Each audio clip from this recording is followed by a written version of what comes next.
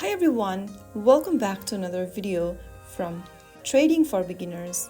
Today in this video, I'm going to show you how to log out of WeBull application on your mobile device.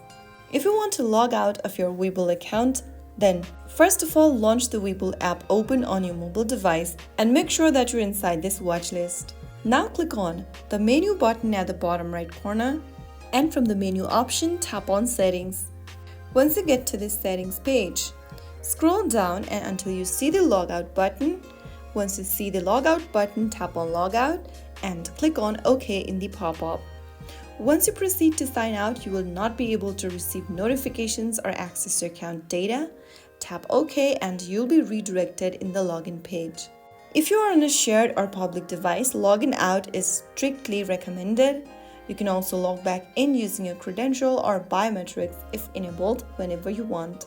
So if you found the video helpful, don't forget to like, share and subscribe to the channel.